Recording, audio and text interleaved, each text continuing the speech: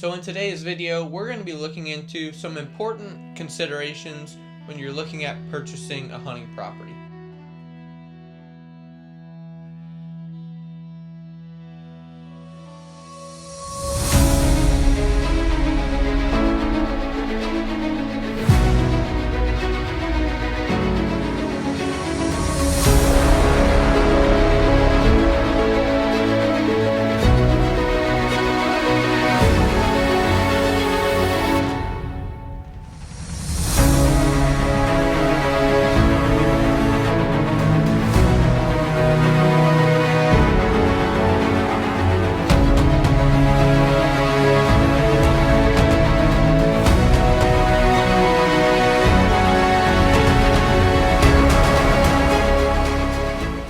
So we wanted to let you guys know, to our first 1,500 subscribers, we're going to be doing a giveaway. Whoever the winner is will have the choice between either a nested backpack, which comes with a set of climbing sticks and a tree stand, or a top-of-the-line Reconyx trail camera. All you have to do to get entered to win is subscribe to our channel and email us a screenshot that shows that you're subscribed. And then whenever we're ready to hold the contest, we'll have a deer head on display and some trail camera pictures of it. And then you guys will get to estimate the score of the deer, and whoever's the closest will get to choose between the nested backpack or the top-of-the-line Reconyx trail camera. Before we get started, I wanted to mention that we're not associated with any real estate companies. We're just a couple guys that really love hunting, and we wanted to share some of our thoughts with you if you're out there looking for a piece of property to buy. So for the purpose of this video, we're going to be searching for a property that's going to offer us the ability to raise top-end deer.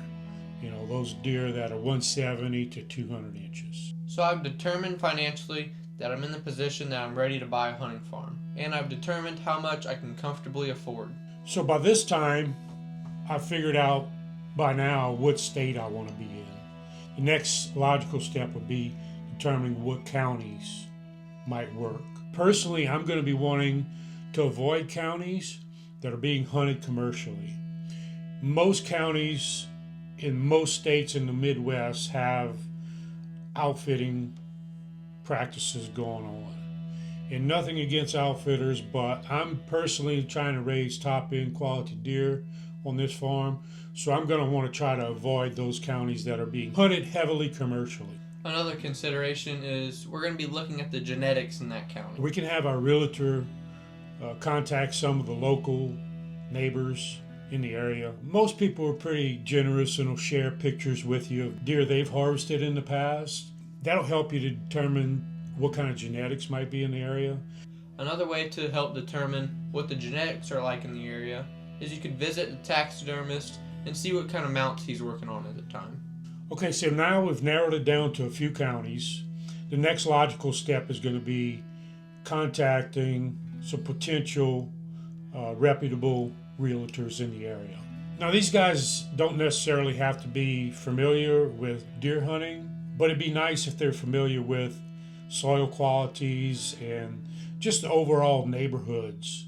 That would be really helpful. So to get the most out of our investment, we're going to be looking for specific qualities that the property will have, and we're going to list those on our wish list. Yeah, we're going to have a wish list, and that's going to include those non-negotiables to start out with. We're going to be looking for a property that has 40 to 60% of wooded acres. Yeah. Also, we're going to be looking for a property that has a lot of edge to it. The more edge that a property has, the larger that acreage is going to hunt. Another thing on our wish list would be looking to see if the property has some thick bedding area that would be suitable for using it as a sanctuary. The next thing I would be looking at, personally, would be studying aerial photos.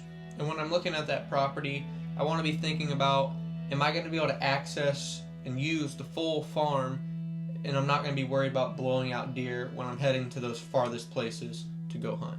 Another thing I'm going to be looking at when I'm looking at these aerial photos is what size acreage are those properties that are at my immediate border. Is there a bunch of small pieces, 40, 60, 80 acre pieces? That's just going to raise the number of hunters in my immediate area. I would also be looking at what areas might be suitable for food plots and what the soil quality might be like there. Yeah, we're going to want to know that we can hold deer even into the late season and have good quality food plots.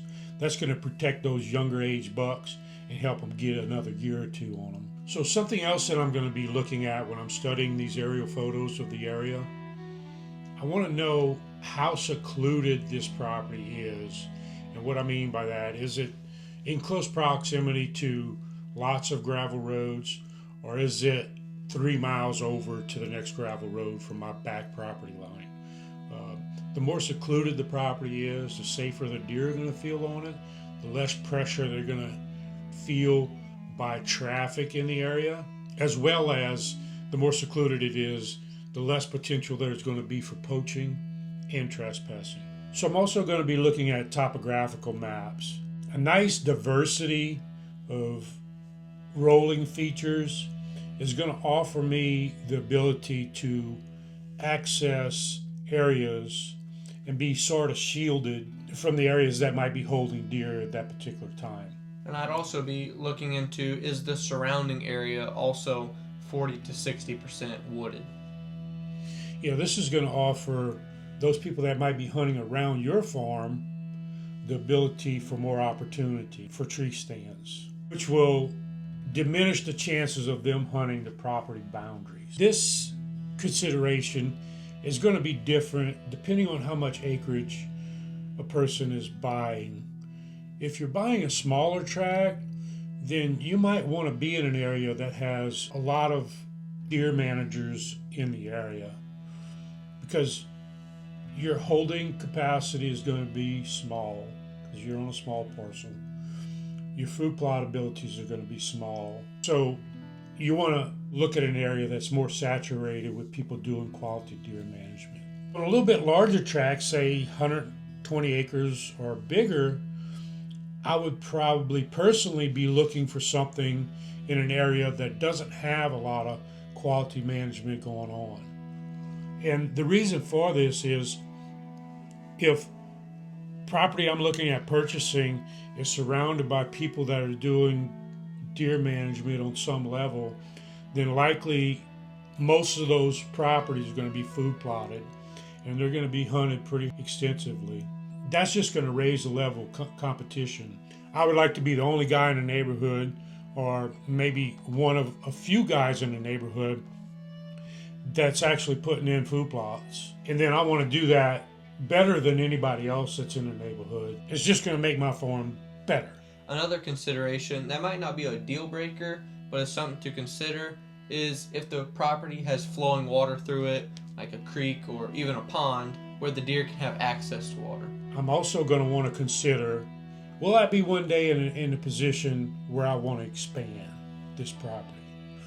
And is that ability there in the neighborhood for me to expand? Another consideration for some people might be road access. If you're going to have to run 15 miles of gravel to get to that property versus if it's closer to a main road. Also, what's the nearest town to the property?